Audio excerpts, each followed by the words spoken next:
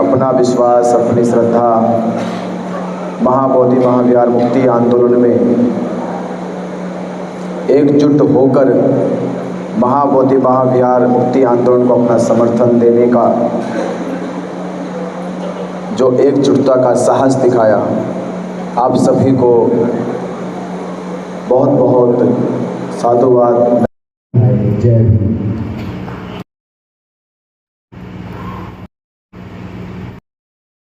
आपको मालूम है किस देश में, जिस देश की पहचान तथागत बुद्ध है और भारत की पहचान जब विश्व में होती है तो विश्व में भी भारत की पहचान बुद्ध है। पर हम अपने ही भारत में, अपने ही देश में, जिस देश की पहचान ही बुद्ध है, हम अपने ही देश में बुद्ध के धरोहर को बचाने की लड़ाई लड़ रहे हैं। अपने ही देश में, किसी दूसरे देश से नहीं लड़ना, अपने ही देश में जहां सिद्धार्थ गौतम का जन्म हुआ, जहां सिद्धार्थ गौतम को ज्ञान प्राप्त हुआ, जहां बुद्ध का महापरिनिर्वाण हुआ, जहां बुद्ध ने बुद्धत्व प्राप्ति के बाद 45 साल भारत के लोगों का कल्याण किया, उनको दुख मुक्ति का मार्ग दिखाया, मुक्ति कैसे मिलती है, उन सभी समस्याओं से निजात मुक्त करने के लिए तथागत बुद्ध का सारनाथ में धम्म चक्र परिवर्तन हुआ। और आज हजारों वर्ष के बाद भी, आज हजारों वर्ष के बाद जब संसार बुद्ध की ओर देखते हैं तो अफसोस जताते हैं, अफसोस कि हमारा जन्म बुद्ध के काल में नहीं हुआ, हमारा जन्म बुद्ध काल में नहीं हुआ। बुद्ध हमारे जन्म से ही 2500 साल पहले महापरिनिर्वाण को प्राप्त हो गए। ये अफसोस जताते हैं, ये कमी भारत और भारत के साथ दुनिया के हर उस व्यक्ति की है जिसने बुद्ध के धर्म को जाना है, समझा है, उसको जीवन में उतारा है। बुद्ध के फलदायी धर्म को सीखकर, जानकर जब उसको ये कमी महसूस होती है कि मैं बुद्ध काल में क्यों नहीं जन्म लिया, क्यों नहीं मुझे बुद्ध का सानिध्य प्राप्त हुआ, एक दिन का ही होता, एक पल का होता तो शायद मेरे जीवन में ये जो अफसोस आज किया जा रहा शायद नहीं होता। प्रकृति व्यक्ति को अफसोस मुक्त भी करती है, उसे अवसर देती है, उसे देती है कि तुम इस अफसोस को कम कर सकते हो। जो जीवन में जो अधूरी कमी लग रही है उसे पूरा किया जा सकता है।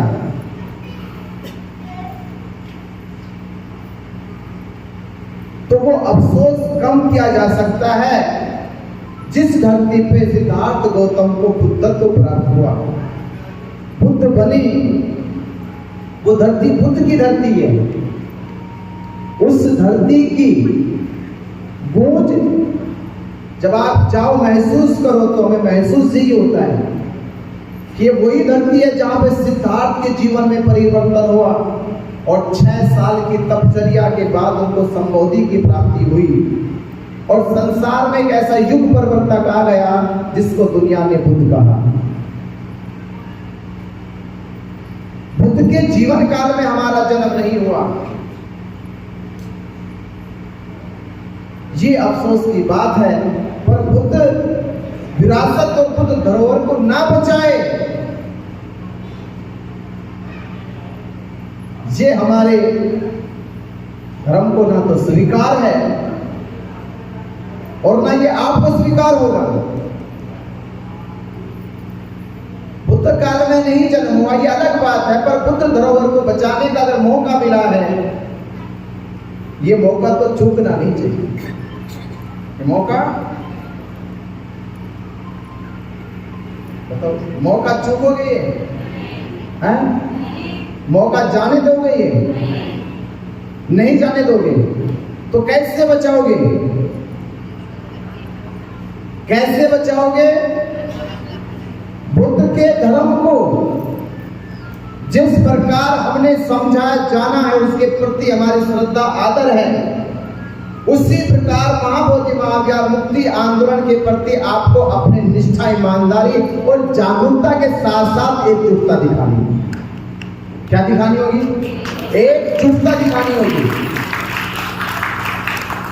भारत के बुद्धिस्ट अम्बेडकरवादी बहुजन समाज की एकजुटता ही, एक सोच, एक विचार जब मिल जाएगी हमारे, जब बौद्धों की भारत में संख्या हजारों से लाखों में, लाखों से करोड़ों में हो जाएगी, घर घर में ये गूंज गूंजने लगेगी कि भले हमारा जन्म बुद्ध के काल में नहीं हुआ, पर बुद्ध की धरोहर, विरासत, जहां बुद्ध को संबोधि प्राप्त हुई, उसको बचाने का मुझे मौका मिला है। ये मौका मैं हाथ से जाने नहीं, जाने नहीं दोगे? नहीं दोगे? मैं तो जाने नहीं दूंगा, तो आप जाने दोगे? बौद्ध धर्म में एक बड़ी उच्च कोटि की शिक्षा है, सबसे उच्च कोटि की, उसे कहते हैं निर्वाण प्राप्त कर लेना। क्या कहते हैं? निर्वाण की प्राप्ति कर लेना। मैं कह रहा हूं कि भारत के या दुनिया के करोड़ों बुद्धिस्ट निर्वाण प्राप्ति तो ऐसे नहीं कर पाएंगे, पर आप पीढ़ी ने, इस समय की इस पीढ़ी ने अगर महाबोधि महाविहार मुक्त करा दिया, तो आप सभी लोगों को समझना निर्वाण की प्राप्ति होगी, सबको निर्वाण की प्राप्ति होगी, क्योंकि आपने मुक्त कराया है, और निर्वाण भी मुक्ति का ही मार्ग है। निर्वाण भी मुक्ति का ही मार्ग है। एक निर्वाण जो तथागत कहते हो, मन के विकारों से मुक्ति हो जाना, सभी प्रकार के संस्कारों से मुक्ति हो जाना, काया क्लेशों से मुक्ति हो जाना, दो प्रकार की अतियों से मुक्ति हो जाना, संसार की विषय वस्तु व्यक्ति के प्रभाव से मुक्त हो जाना, आसक्ति तृष्णा हीन हो जाना, ये मनुष्य की मुक्ति का, निर्वाण का मार्ग है। उसी प्रकार तथागत बुद्ध को जहां ज्ञान प्राप्त हुआ, महाबोधि महाविहार पे ऐसे ही क्लेश है, ऐसे ही आडंबर है, पाखंड है, अधर्म के संस्कार होते हैं, अधार्मिक लोग अतिक्रमण करते हैं, बुद्ध की विरासत को ध्वस्त करने का काम करते हैं।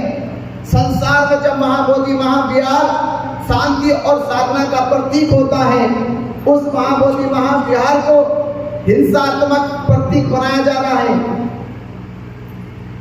महाबोधि महाविहार की गरिमा को भंग किया जा रहा है। इतने सारे विकारों से अगर आपने महाबोधि महाविहार को बचा लिया, मुक्त कर दिया, ये भी तो निर्वाण मुक्ति का मार्ग हो जाएगा, ये भी तो हो जाएगा।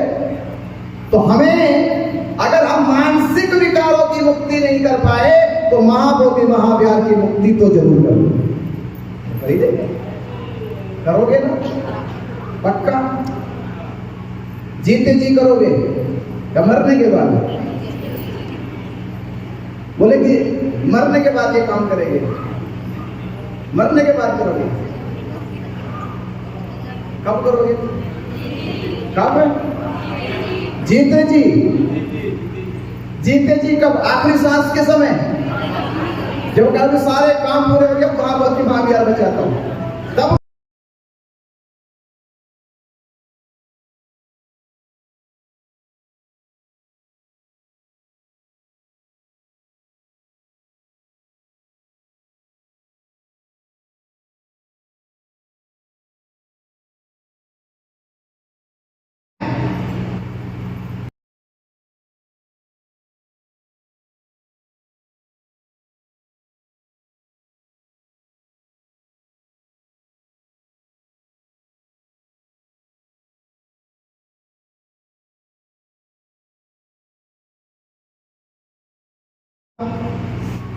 देश भर में देखा किस तरह से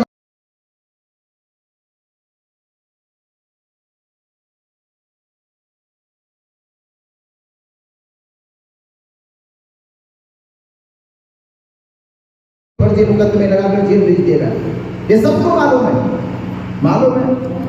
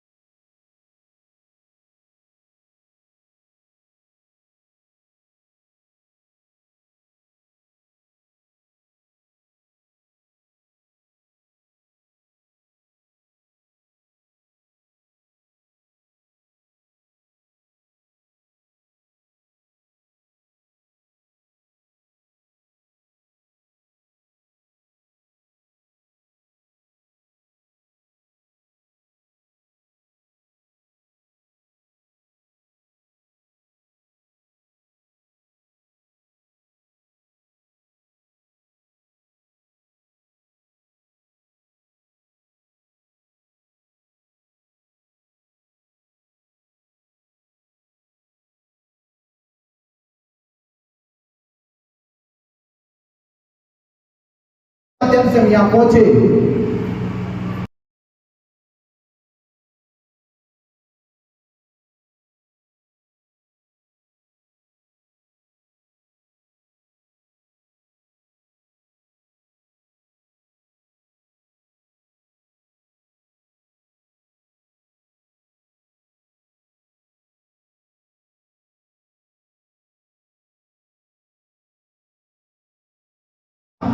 तो आप उन्हें जवाब दे सको कि हम घर में सो नहीं रहे थे, हम घर में सो नहीं रहे थे, हम हाथ पे हाथ धर के बैठे नहीं थे, बल्कि भारत के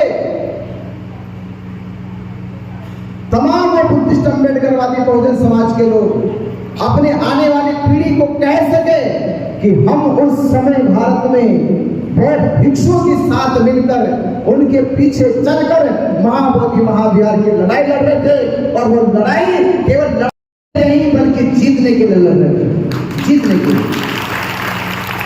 तो आप आने वाली पीढ़ी को ऐसे जवाब दो, और वो आपसे कहे कि मुझे कि मेरा जन्म आपके घर में हुआ है, मेरा जन्म है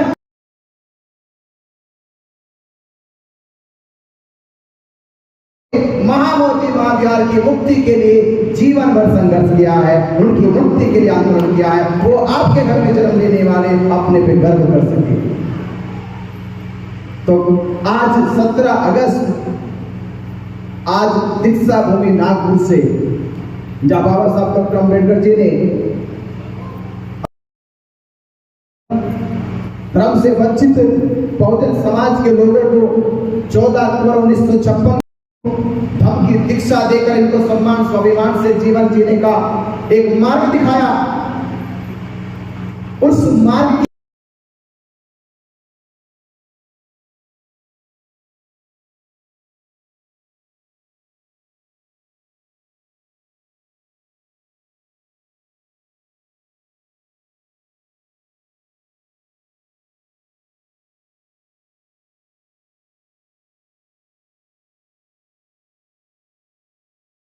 मुक्ति आंदोलन के जन कि देश से बुद्धिस्ट अम्बेडकरवादी बहुजन समाज के लोग महाबोधि महाविहार मुक्ति आंदोलन को कैसे जन समर्थन देंगे, उनके बीच में जाके हम संवाद करेंगे, बात करेंगे, समझाएंगे ये बीटी एक्ट क्या है, महाबोधि महाविहार मुक्त क्यों होना चाहिए, महाबोधि महाविहार इसलिए मुक्त होना चाहिए, अगर मुक्त हो जाएगा तो हमारे देश में जो भिक्षु शिक्षा से वंचित रह गए हैं, जो भिक्षु देश विदेश में धर्म का प्रचार प्रसार नहीं कर पा रहे, अगर महाबोधि महाविहार जब मुक्त हो जाएगा तो महाबोधि महाविहार को दुनिया के 56 से ज्यादा देश उसे आर्थिक दान देते हैं, वह आर्थिक दान से महाबोधि महाविहार की तरफ से एक दुनिया का सबसे बड़ा प्रशिक्षण केंद्र खोला जाएगा, जिस प्रशिक्षण केंद्र में हजारों हजार भिक्षु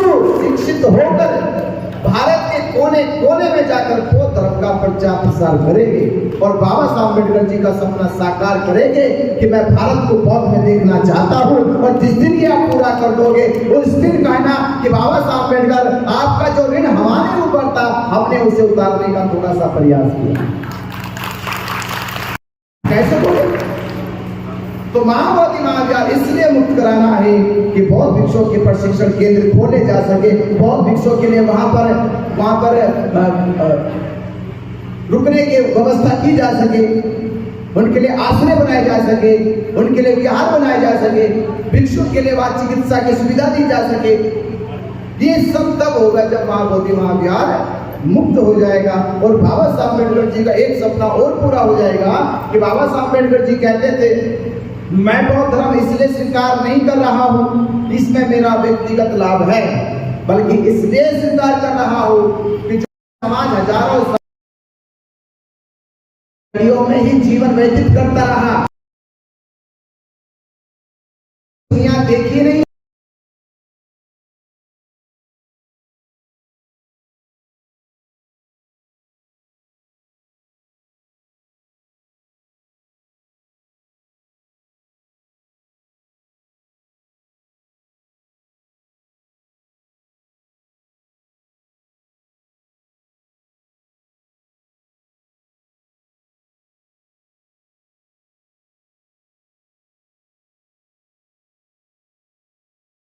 जो सीमाएं हो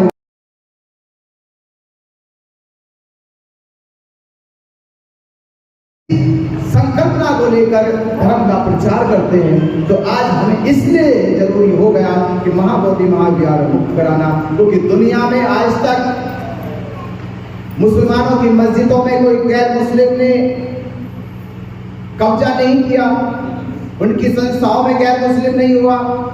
हिंदुओं के जितने मंदिर है, जितने ट्रस्ट समितियां है, उनमें कोई गैर हिंदू नहीं है। सिखों के गुरुद्वारों में कोई गैर सिख नहीं है। ईसाई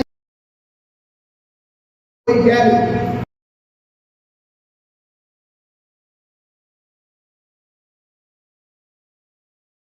अलग गैर बुद्धिस्ट 4 हिंदू और हिंदुओं के साथ अन्याय क्यों? ये बौद्धों के साथ, बौद्धों की आस्था के साथ, बौद्धों के विश्वास के साथ ये खिलवाड़ क्यों किया जा रहा है? तो समझ में आता है कि बुद्ध समाज जागरूक नहीं हुआ, एकजुट नहीं हुआ। अगर ये जागरूक हो गए, एकजुट हो जाएगा तो कोई भी सरकारें, कोई भी संस्थाएं हमारे साथ खिलवाड़ नहीं कर सकती। तो आप कसम खाओ, ये संकल्प लो कि महाबोधि महाविहार के लिए हम घर घर से निकलकर गांव के, मोहल्ले के, समाज के, शहर के लोगों को जागरूक करेंगे और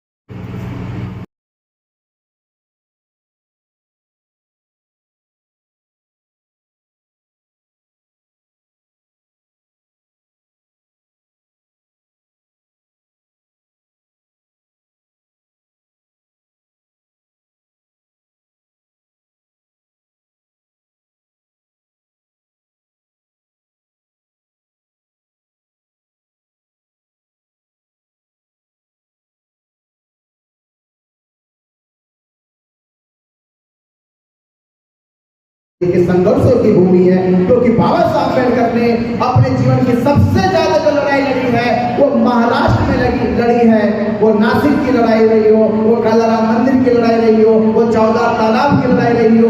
बाबा साहब अम्बेडकर ने अधिक से अधिक अपनी लड़ाई को महाराष्ट्र में लड़ा है और जीता है। इसलिए जीत की लड़ाई की नींव महाराष्ट्र से रखी जा रही है।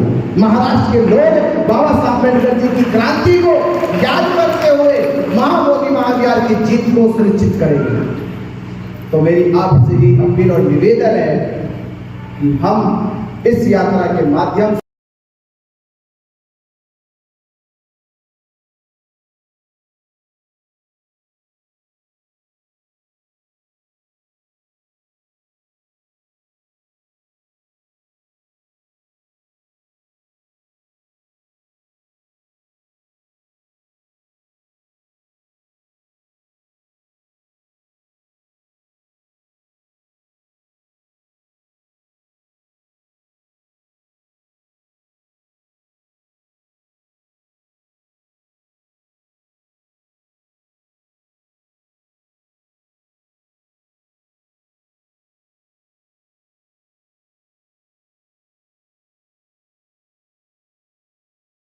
को किया है उनका